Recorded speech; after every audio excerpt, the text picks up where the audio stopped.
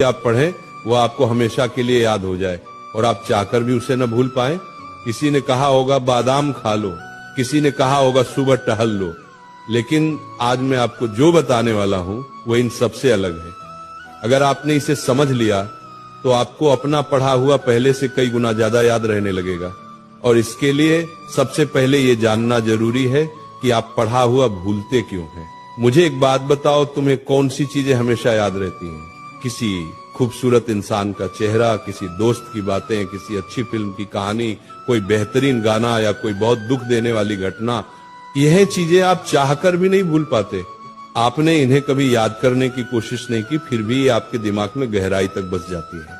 लेकिन अगर बात करें किसी साधारण घटना की तो वो ज्यादातर लोग भूल जाते हैं। यहां तक कि हो सकता है आपको याद भी न हो कि आपने परसों रात खाने में क्या खाया था। तो आपके साथ ऐसा क्या होता है कि जो चीजें आप याद रखना नहीं चाहते दिमाग उन्हें याद रखता है, और जिन चीजें को आप याद रखना चाहते हैं उन्हें दिमाग भूल जाता है। अब इसका कारण समझो। जिन चीजें को आप याद रखते हो उनमें एक चीज कॉमन है, भावना, इमोशन।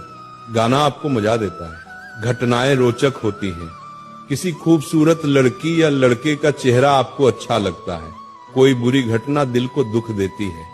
ये सारी चीजें आपकी खुशी या गम की भावनाओं से जुड़ी होती हैं। और एक बात और, ये चीजें इंटरेस्टिंग आप पढ़ें वो आपको हमेशा के लिए याद हो जाए और आप चाहकर भी उसे न भूल पाए। किसी ने कहा होगा बादाम खा लो, किसी ने कहा होगा सुबह टहल लो, लेकिन आज मैं आपको जो बताने वाला हूं वो इन सबसे अलग है।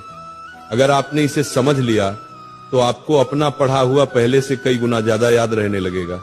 और इसके लिए सबसे पहले ये